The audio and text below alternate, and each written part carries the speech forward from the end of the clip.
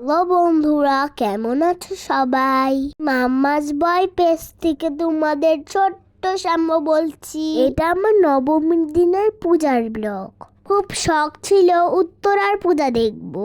তাই তো বাবাকে জোর করে নিয়ে গেলাম উত্তরাতে। মতিঝিল থেকে মেট্রোতে উঠেছিলাম, তারপরে উত্তরা দক্ষিণে গিয়ে নামলাম। এখান থেকে রিকশায় করে চলে গেলাম উত্তরা সর্বজনীন দুর্গা কমিটির দেখতে। পুরো রাস্তা ধরে শুধু লাইটিং আর লাইটিং। পুজো শুরু হওয়ার আগ থেকেই এখানকার মণ্ডপটি ফেসবুকে বেশ ভাইরাল হয়েছে। এইটা দেখেই খুব আমার ইচ্ছা হয়েছিল এখানে আসার।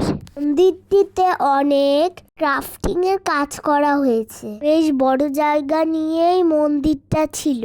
প্রথমে গিয়ে মাকে দর্শন করলাম, তারপরে পুরো মন্দিরটা ঘুরে ঘুরে দেখলাম।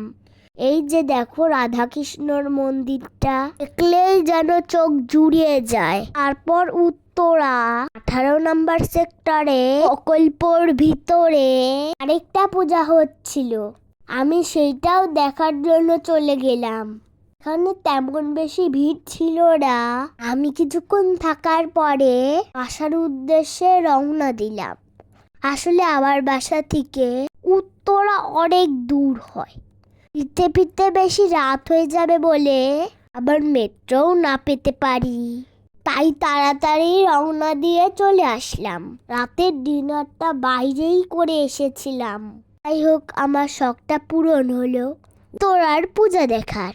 এই ড্রেসটা আমাকে আমার বড় কাকা গিফট করেছে। এই ব্লগটি আজকের মতো এই পর্যন্তই। আর নতুন ব্লগ নিয়ে আসবো।